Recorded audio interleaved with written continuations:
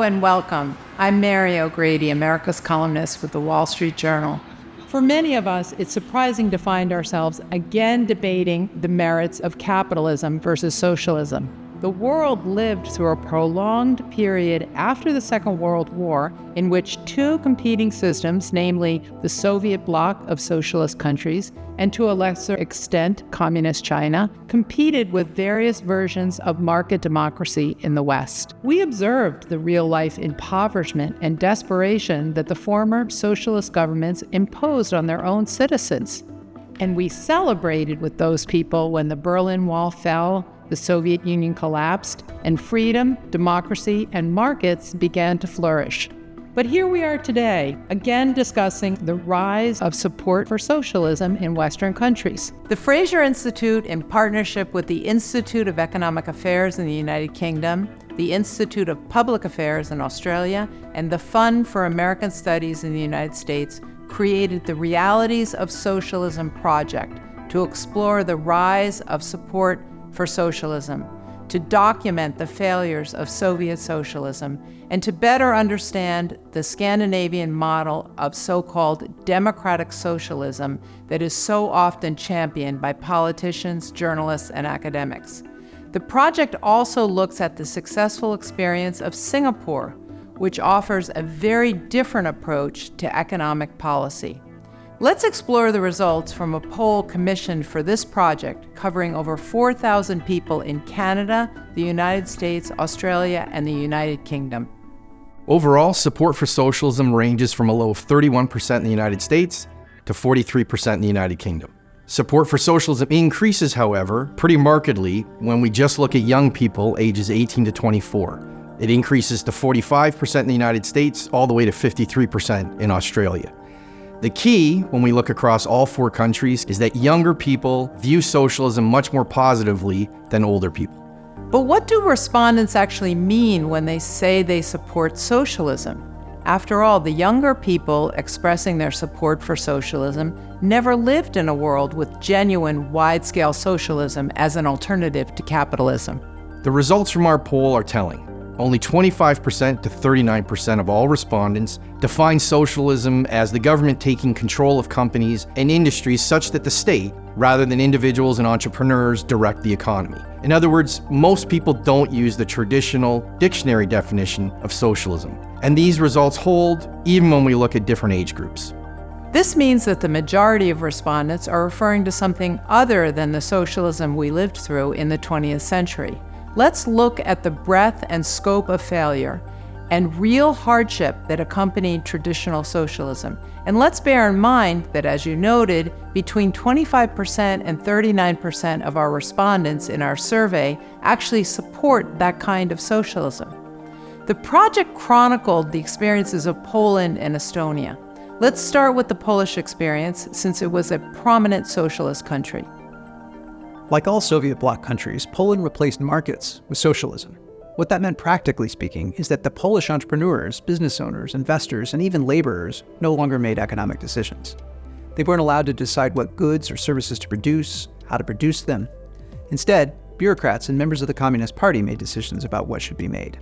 The result of replacing markets in which entrepreneurs and business owners try to satisfy consumers with bureaucrats and politicians making economic decisions was that the Polish economy became very inefficient. It failed to produce the types of goods and services that Polish consumers actually wanted, and it ended up wasting an enormous amount of resources. So what did this mean for average Poles on a day-to-day basis? After all, one of the rationales for socialism is that average people are better off. The typical Pole was significantly worse off under socialism, compared with other Europeans at the time. Shortages were the norm. Stores typically had no soap, no coffee, no sugar, no laundry detergent, no cigarettes, and above all, no meat. In the 1980s, the average Pole was still waiting between 15 to 30 years for a home. Only 7% of Poles had telephones and just 11% had a car. Even if these goods were available, most Poles would have had a hard time affording them because their incomes were so low. Another way of thinking about well-being is to look at life expectancy. How does Poland's experience stack up with other European countries? While the rest of the developed world experienced increases in life expectancy in the 1970s and 80s, Poland's life expectancy stalled.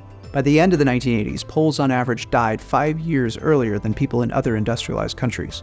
Socialism was supposed to improve prosperity, whether measured by income, access to goods and services, or life expectancy. Clearly, it didn't. One of the arguments for socialism is that it creates a more equitable society. Is that Poland's experience? Was inequality reduced in Poland under socialism?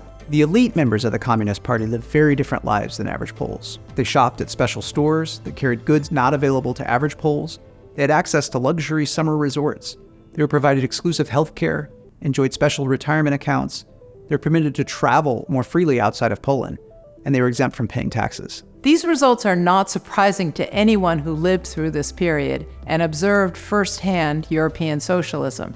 Was the experience of Estonia any different than Poland?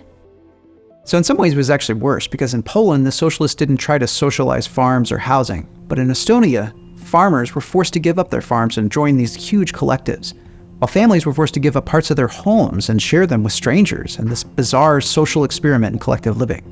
The force imposed by the Soviets to liberate Estonian workers, as they described it, it's almost unimaginable. The Soviet secret police interviewed all Estonians over the age of 12. Their aim was to identify anyone who might be resistant to Soviet socialism. Within weeks, they were rounding up thousands of people, putting them on cattle cars, separating family members, sending them to different parts of the Soviet Union. There, they were to become slave laborers. The estimates are that between 16 and 18% of all workers in the Soviet Union, in fact, were slave laborers. Do we have the details of the experience with socializing farming in Estonia, which, as I understand it, illustrates the cruelty of the transition to Soviet socialism? Yes. First, the Soviets demonized successful farmers and called them kulaks. It was an attempt to persuade farmers to join collectives. Most of the farmers, however, resisted. They didn't want to collectivize because they naturally wanted to keep and run their own farms. In response, the Soviets deported thousands of Estonians to the Gulag labor camps. Again, families were separated. Again, communities were torn apart. Under this sort of pressure, the farmers caved. In just a matter of weeks, almost all farmers gave in and joined collectives. Do we know the results of collectivizing farms in Estonia? Yeah, and it's quite tragic. Before socialism, Estonia's farming sector was productive and growing. But after socialism was imposed on the farms, productivity declined. So the transition to socialism in the farming sector resulted in worsening of outcomes. Do we have data on the broader Estonian economy to better understand what happened under socialism? An informative way to look at the effects of Soviet socialism on Estonia is to compare it with neighboring Finland. The two countries have a shared history, culture, climate, and geography. But the Finns managed to fight the Soviets off, while the Estonians were forcibly annexed to the USSR. Before the Soviets annexed Estonia, on average, the population had higher incomes than that of neighboring Finns. In fact, Estonians' income per person was almost twice the level of Finnish income. The Soviet Union socialized Estonia, but Finland remained non-socialist. What were the differences between the two countries over time? In the most basic terms, Estonians went from having a much higher standard of living compared to Finns to a much lower one. By 1970, for instance, the average income in Estonia was only 69% of the average income in Finland. By the mid-1980s, it had fallen to 1/4. This meant that Estonians had to work much longer hours just to get the same basic goods as Finns. Take, for instance, a bar of soap. The average Estonian had to work twice as many hours as a Finn to get the income needed to buy a bar of soap. Or consider a color TV. An Estonian worker had to work almost 6 times as many hours as a Finnish worker to have enough money to purchase a television. They had to work 5 times as long for clothes. In case after case, Estonians had to work harder and longer to get basic necessities compared to Finnish workers. And that assumes the goods were even available. By the early 1990s, the Finns had roughly 30% more washing machines per person. They had 75% more vacuum cleaners per person. They had twice as many cars and 3 times as many telephones per person as Estonians. What about measures other than income and material goods? How did Estonians fare, for example, on life expectancy? That's a great question, because there's obviously a lot of important considerations outside of just income. So in the 1950s and early 60s, Estonia generally had comparable levels of life expectancy with other high-income European countries. But starting in the late 1960s and through the 70s and 80s, life expectancy in Estonia just didn't keep pace with other countries. In fact, life expectancy in Estonia actually started to decline around the early to mid-1970s and took a real dip in the early 1990s. By 1994, Estonians on average were expected to live almost 10 years less than people in other high-income European countries. So the tremendous failures of Soviet socialism didn't just mean fewer cars and baubles, it meant shorter lives and more tragedy. The fall of the Berlin Wall and the end of the Soviet bloc in the late 1980s and the early 1990s unleashed a wave of reforms across Eastern Europe, including Poland and Estonia. Let's start with Poland. How did Poland respond to the collapse of the Soviet Empire? So Poland was in much worse shape than most other socialist countries, and the reformers there moved relatively quickly. These reforms were not easy. A lot of inefficient factories and businesses closed. A lot of Polish workers lost their jobs during the transition. Unemployment spiked in the early 1990s and again in the early 2000s as Poland transitioned to the market economy. So Poles paid a heavy price both during socialism and during the transition away from it.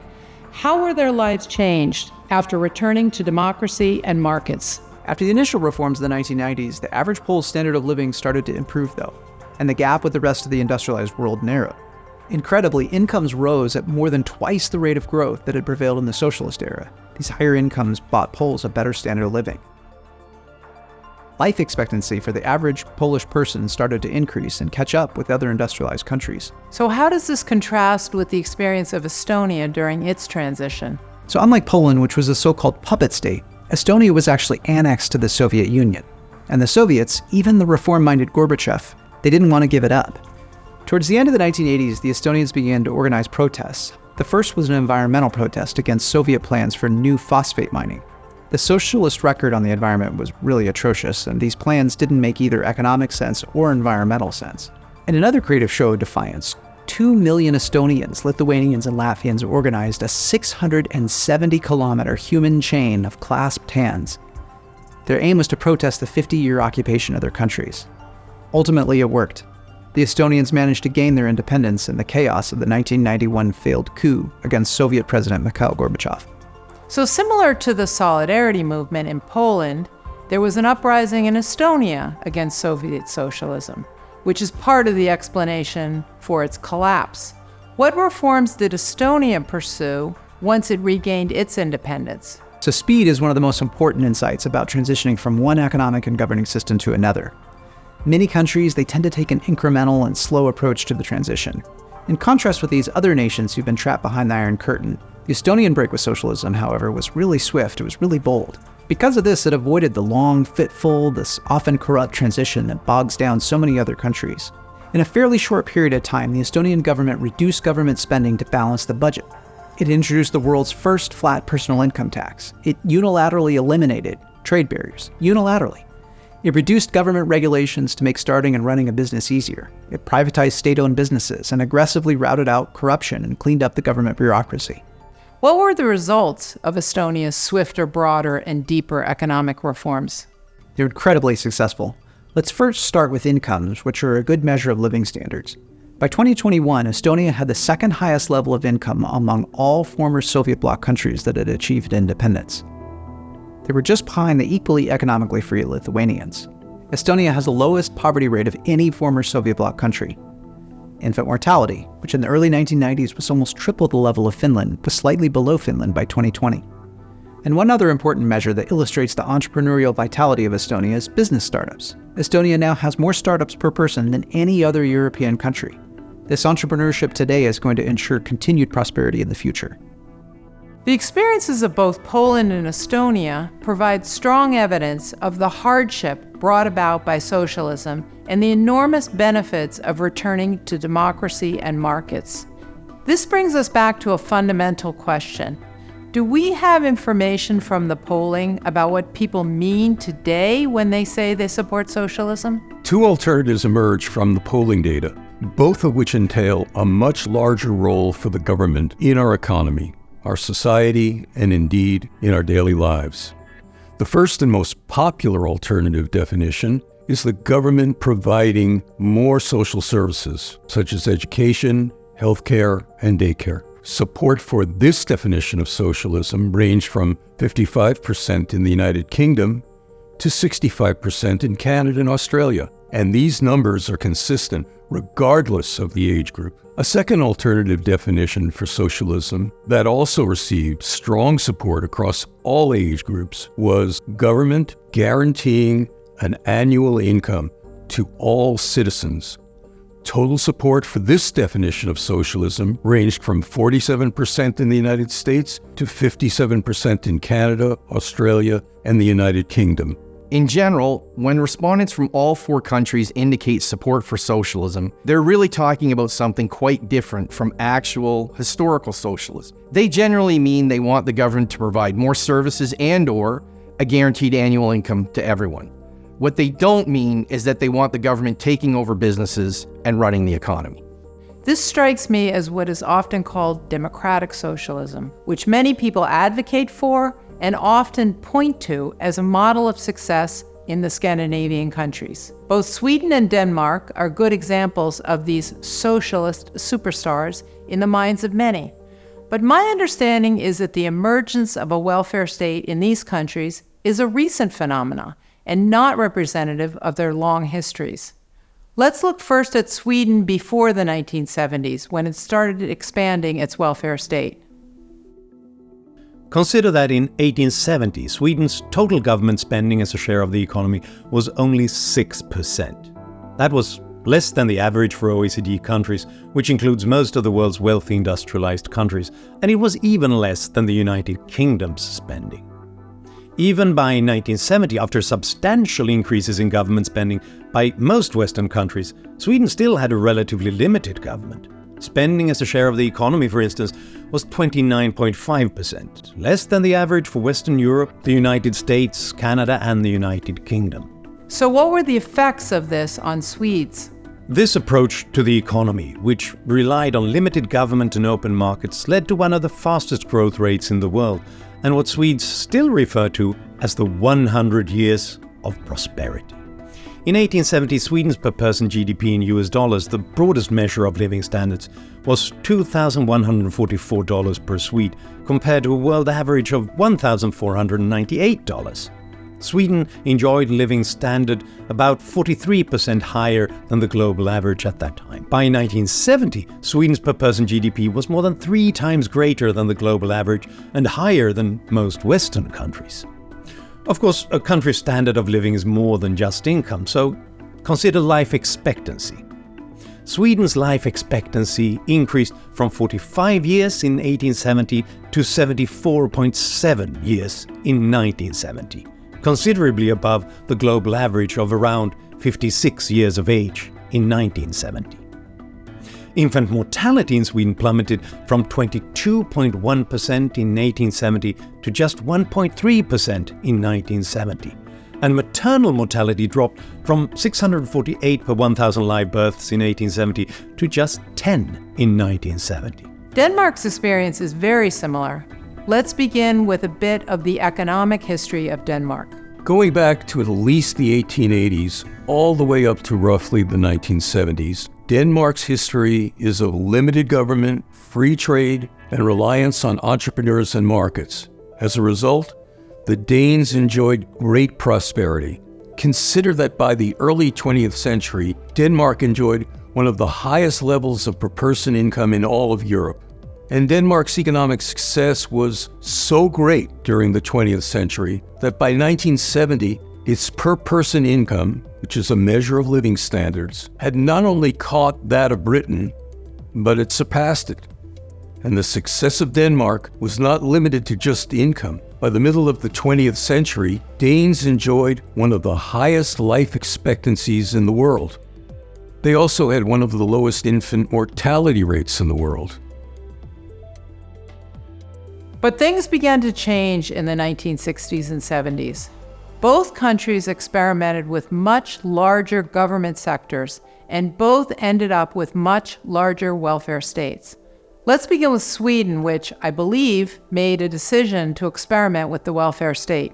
That's correct. As a share of the economy, for instance, government spending soared from roughly 30% of the economy in the mid-1960s, which was in line with or even less than many other industrialized countries, to nearly 64% by the early 1990s. Sweden's politicians, bureaucrats, and special interests planned and even directly controlled larger and larger share of the economy, rather than entrepreneurs, investors, business owners, and workers. This surge in government spending, used to finance new social programs and the expansion of existing programs, resulted in large deficits and mounting debt, meaning Sweden was borrowing against the future to finance current spending. The surge in government spending and the state's greater control over the economy didn't come without costs. Over time, Sweden struggled more and more. By the 1990s, it was in an economic crisis. Yes, Sweden was suffering from spiraling deficits, mounting inflation, double-digit interest rates, and devaluation of the country's currency. And companies like IKEA started leaving Sweden. This crisis led to major reforms and a reduction in government spending. As a share of the economy, government spending fell from a high of almost 64% in 1993 to a little over 47% by 2019. The reductions in government spending led to balanced budgets and declining government debt as a share of the economy. Simply put, Sweden got its fiscal house in order.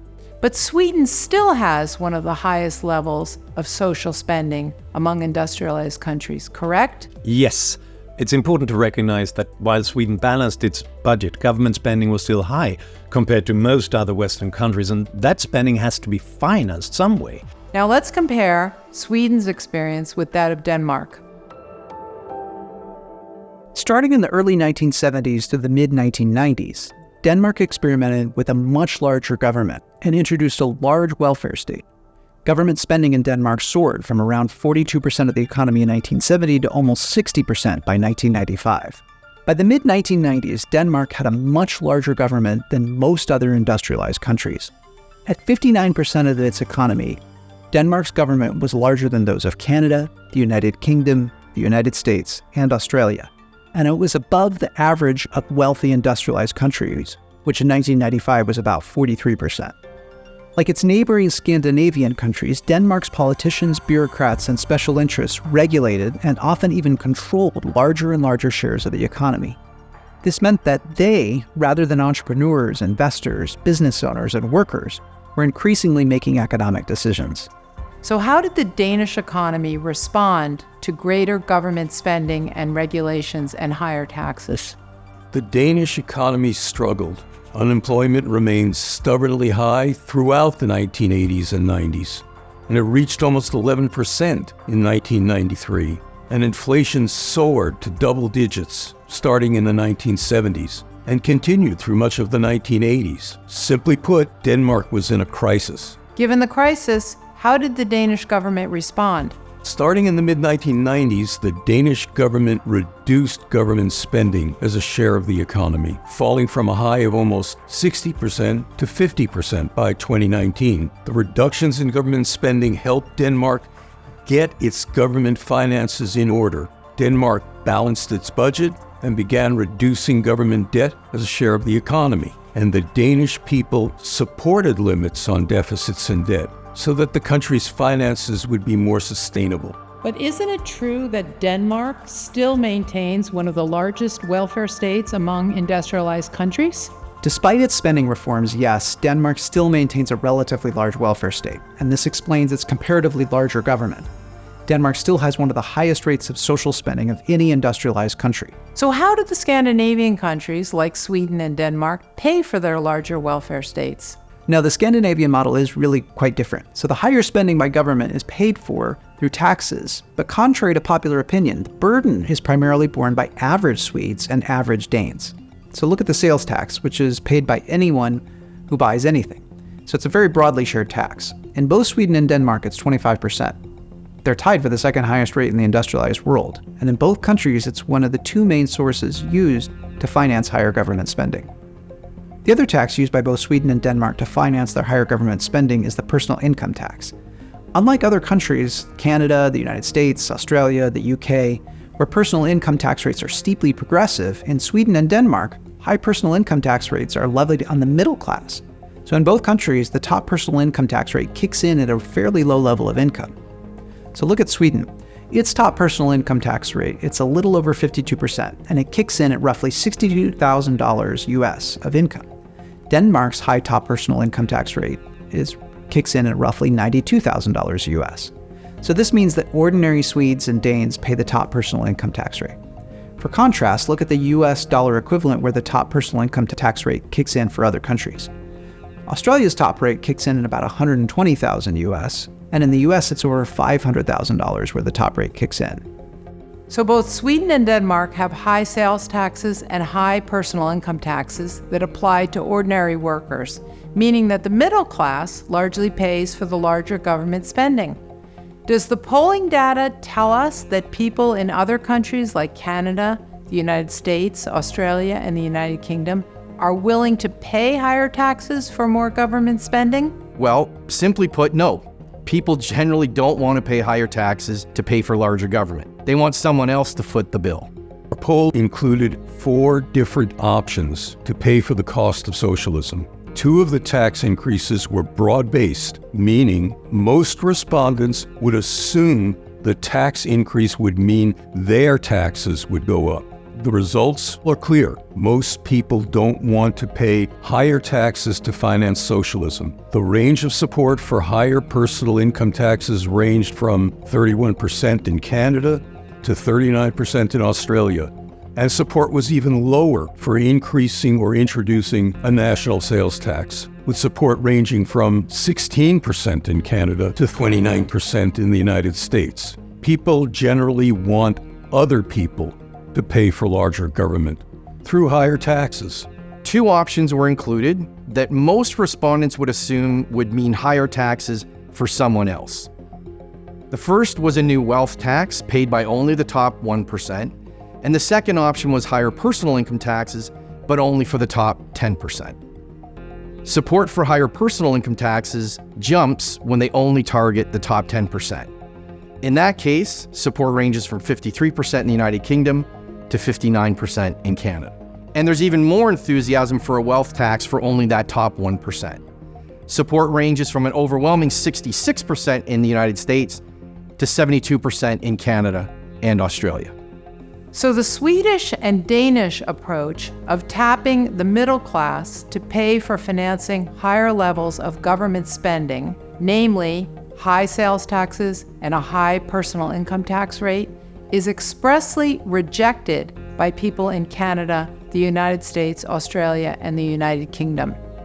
It's even more challenging than that, because not only do most people in Western countries not want to pay the costs of more government spending themselves, as we're seeing in most countries, there's just not enough income amongst the top 10% or even 20% to pay for all the programs and services demanded by those advocating for socialism. Simply put, governments cannot spend significantly more money without increasing taxes on the middle class. We now turn to the small island nation of Singapore in the Pacific, not because of its particular experience with socialism, but because it adopted many successful economic and social policies that were markedly different from standard government policies implemented by most industrialized countries. Let's first explore Singapore's explosive economic growth. When Singapore gained its full independence in 1965, it was a relatively poor country. Per person income in Singapore in 1965 was less than 1/3 of the average for all OECD countries, a group of rich industrialized countries, and it was less than 20% of Australia's and the US's per person income. So it was the country's poverty that drove the focus on economic growth and prosperity, and a desire to improve living standards? Yes, successive governments in Singapore emphasized the importance of growing the economic pie to raise living standards. This meant from the start that Singapore was committed to being open to and encouraging of investment, trade, and immigration. It also benefited from strong institutions originally established during British rule that included an independent legal and judicial system that recognized and protected property rights, and a government bureaucracy known for its effectiveness and its competence. Singapore was also committed to world-class education. This small island nation has consistently led the world in terms of international performance of its K-12 education system. So it sounds like Singapore got a lot of its economic policies right because it focused on encouraging growth. But what role did the government play in economic development? Singapore was committed to limiting government spending and ensuring low competitive taxes to retain domestic investment and attract international investment, as well as skilled labor, professionals, and entrepreneurs. In 2000, Singapore's government spending represented about 16% of its entire economy. The average for the OECD, a group of the world's wealthiest countries in 2000, was almost 39%. And consider how it compared to Canada and the United States, Australia, and the United Kingdom. Singapore has a smaller government sector by far compared to these Western countries. Smaller government usually means lower taxes. Is this the case of Singapore? Across all major categories of taxes, Singapore enjoys low internationally competitive taxes.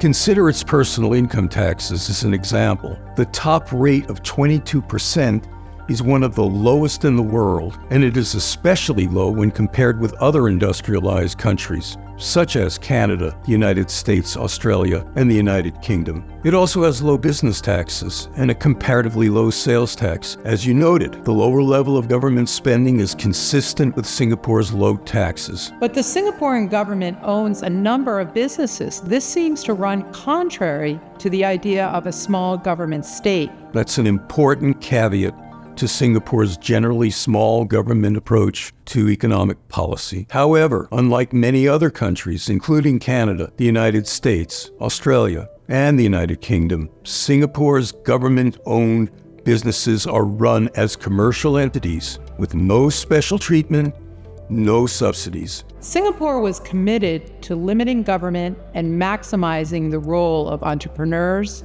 business owners, investors, and workers in the economy. But what were the results? Did it succeed in growing the economic pie? It's hard to overstate the incredible economic success of Singapore. In 1993, Singapore's per-person income had reached the level of the average of OECD countries. Indeed, by 2020, Singapore's per-person income exceeded that of Canada, the United States, Australia, and the United Kingdom. And the success of Singapore extends beyond just income levels.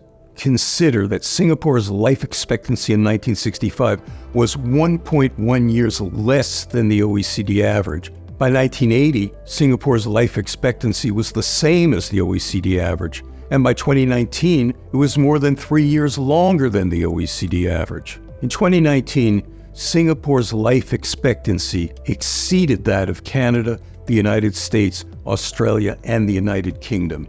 Singapore's policies encouraged economic growth, and the results are stunning. But there's another lesson from Singapore. I'm interested in exploring how it finances and delivers social programs compared to Western countries. My understanding is that it takes a very different approach.